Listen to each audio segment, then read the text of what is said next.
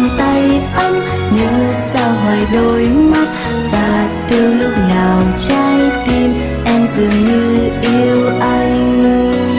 Đừng hỏi em trái tim bao nhiêu phần nhớ anh. Trái tim em nhỏ bé mong manh làm sao đếm được. Đừng hỏi em mỗi khi gần bên anh có vui, sao anh không nhìn thấy bờ môi em đang thầm hát. Đừng hỏi em giấc mơ có bao giờ thấy anh, em sẽ cười và nói rằng không làm anh thoáng buồn. Đừng ngây thơ lắng nghe nhìn sâu trong mắt em. Anh không nhìn làm sao biết em đang hạnh phúc.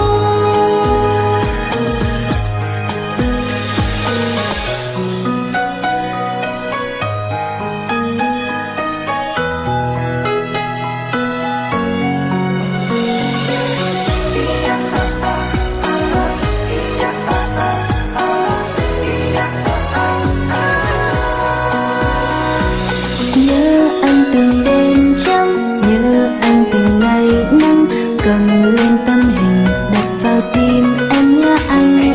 Và nhớ sao vòng tay ấm, nhớ sao hoài đôi mắt. Và từ lúc nào trái tim em dường như yêu anh.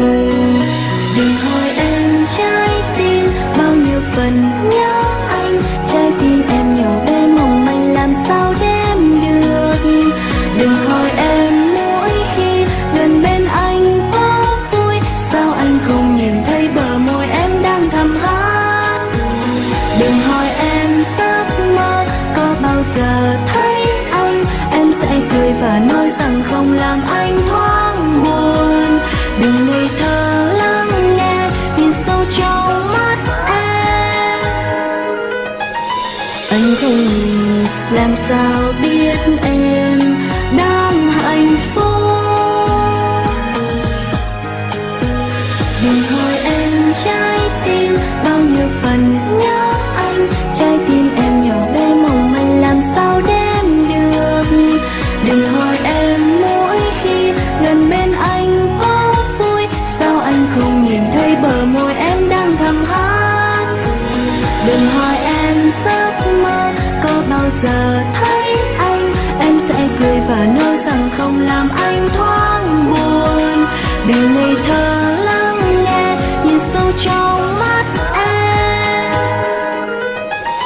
Anh không nhìn làm sao biết em